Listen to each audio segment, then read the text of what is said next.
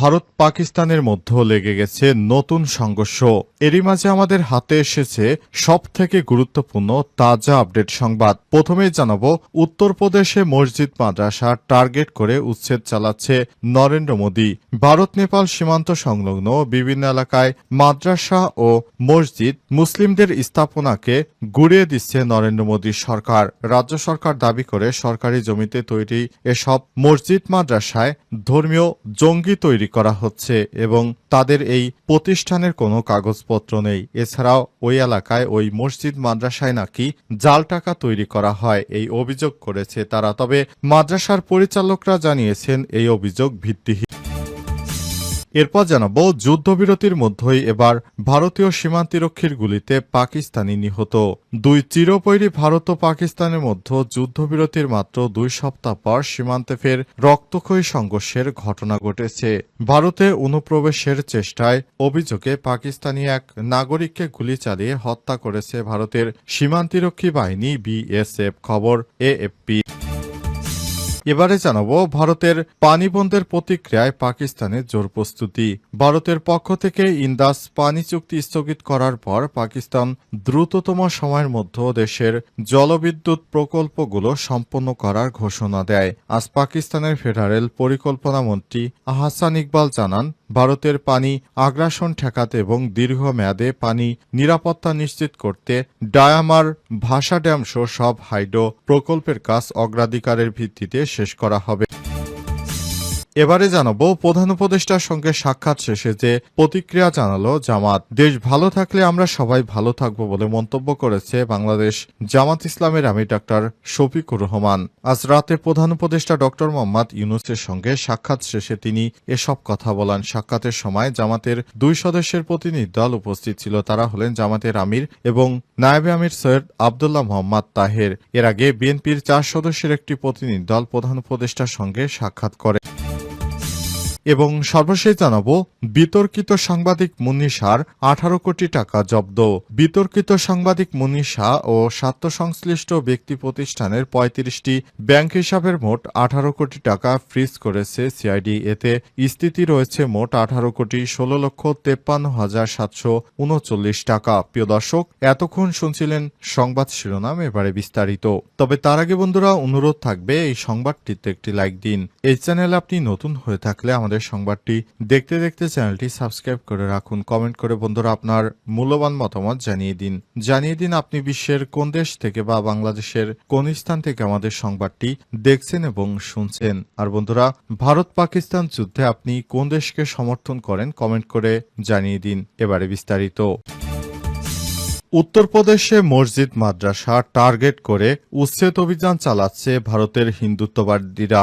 ভারত ও নেপাল সীমান্ত সংলগ্ন বিভিন্ন এলাকায় মসজিদ ও মাদ্রাসা বিভিন্ন স্থাপনা গুড়িয়ে দিচ্ছে নরেন্দ্র মোদীর সরকার।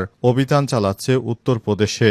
রাজ্য সরকারের দাবি, সরকারি জমিতে অবৈধ যেসব মাদ্রাসা ধর্মীয় স্থান রয়েছে সেগুলো সিলগালা করে দেয়া বা ভেঙে ফেলা হচ্ছে, যাদের কোনো বৈধ কাগজপত্র নেই। কিন্তু ওই রাজ্যের সমস্ত মাদ্রাসাগুলির বৈধ কাগজপত্র রয়েছে বলে জানিয়েছে মাদ্রাসার বিভিন্ন পরিচালকরা। ওই রাজ্যের 7 জেলায় চালানো এই অভিযানের ফলে বহু মাদ্রাসায় পড়াশোনাও থমকে গেছে বলে অভিযোগ। রাজ্য সরকার নেপাল সীমান্তে 15 কিলোমিটার মধ্যে অবস্থিত ধর্মীয় স্থান, মাদ্রাসা, ঈদগাহ সহ বিভিন্ন প্রতিষ্ঠান গুড়িয়ে দিচ্ছে। সরকারের তরফ থেকে জানানো হয়েছে 14 মে পর্যন্ত 225টা মাদ্রাসা, 30টি মসজিদ, 25টি মাজার ও 6টি ঈদগাহের বিরুদ্ধে এমন ব্যবস্থা গ্রহণ করা হচ্ছে। উত্তরপ্রদেশের সংখ্যালঘু বিষয়ক মন্ত্রী ওম প্রকাশ রাজভর বিবিসিকে বলেছেন, মাদ্রাসা খুললে সেখানে শিক্ষাদান করেন, সেটাকে হোটেল বা আবাসস্থল বানিয়ে ফেলবেন না।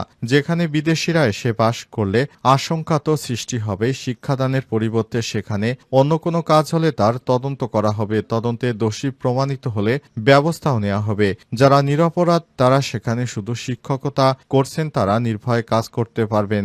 উত্তরপ্রদেশের সরকার সন্দেহ করছে যথাযথ কাগজপত্র ছাড়া যেসব মাদ্রাসা চালানো হচ্ছে সেখানে বিভিন্ন ধরনের বেআইনি কাজ হয়। তারা মনে করছে এই সব জায়গায় জঙ্গিদের ট্রেনিং করছে মুসলিমরা। সংখ্যালঘু কল্যাণমন্ত্রী ওম প্রকাশ রাজভর বলেছেন, এই রাজ্যের দু একটা মাদ্রাসায় জাল নোট ছাপানো হচ্ছিল, সেগুলো পুলিশের হাতে ধরা পড়েছে। তবে মাদ্রাসা সঞ্চালনকারীদের দাবি এসব অভিযোগ ভিত্তিহীন। উত্তরপ্রদেশের শ্রাবস্তি জেলার বাঙ্গাইলের মাদ্রাসার সঞ্চালক মেরাজ আহমেদ বলেছেন, এই এলাকায় সংখ্যালঘু জনগোষ্ঠীর সংখ্যা মোটামুটি, তবে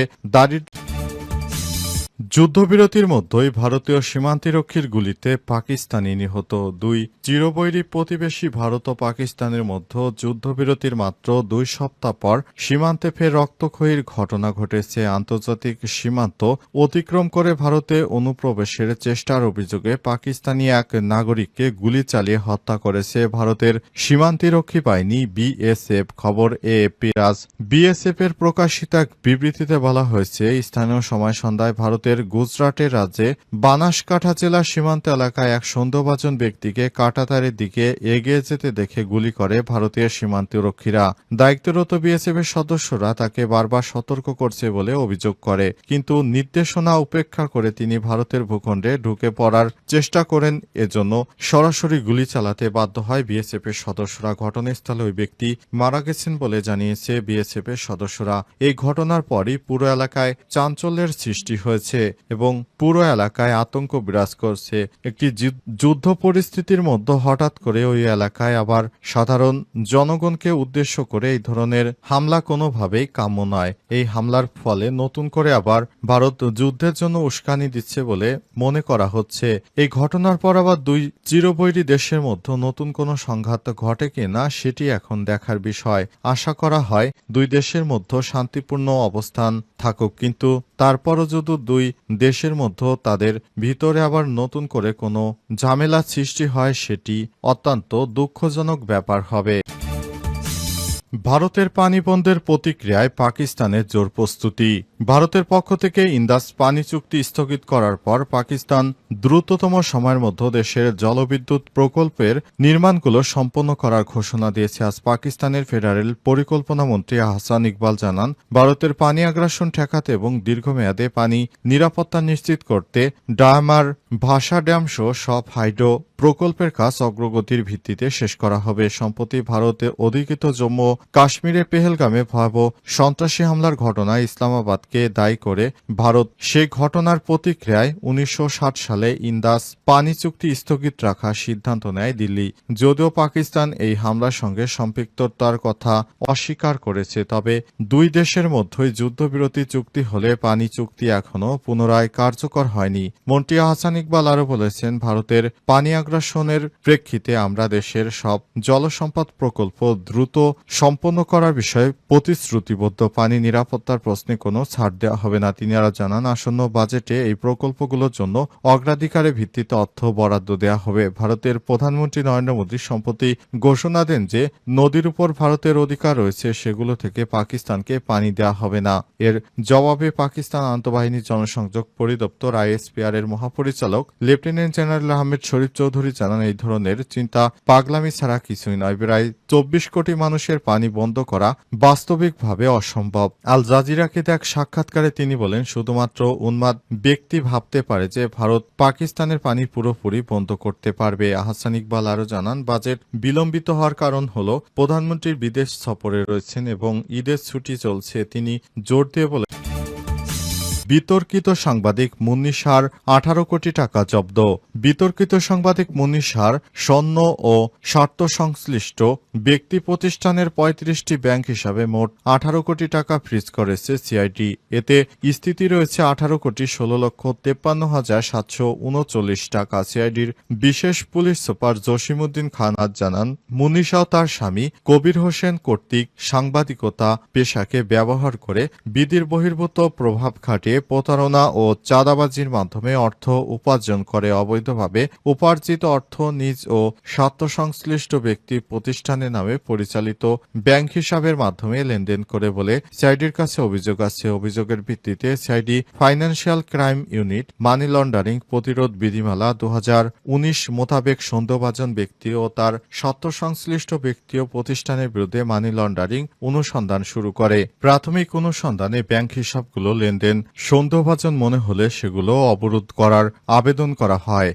অনুসন্ধানকারী কর্মকর্তাদের আবেদনের পরিপ্রেক্ষিতে আদালত মুন্নী তার স্বামী কবির হোসেন এবং তার স্বার্থ সম্পৃক্ত ব্যক্তি ও প্রতিষ্ঠানের নামে থাকা মোট 18,16,53,739 টাকা সহ 35টি ব্যাংক হিসাব অবরুদ্ধ বা ফ্রিজ করার আদেশ দেন। মুন্নী তার স্বামী কবির হোসেন এবং তাদের স্বার্থ সম্পৃক্ত ব্যক্তি ও প্রতিষ্ঠানের বিরুদ্ধে মানি লন্ডারিং প্রতিরোধ বিধিমালা 2019 মোতাবেক অনুসন্ধান চলমান রয়েছে বলে জানান সিআইডির বিশেষ পুলিশ সুপার।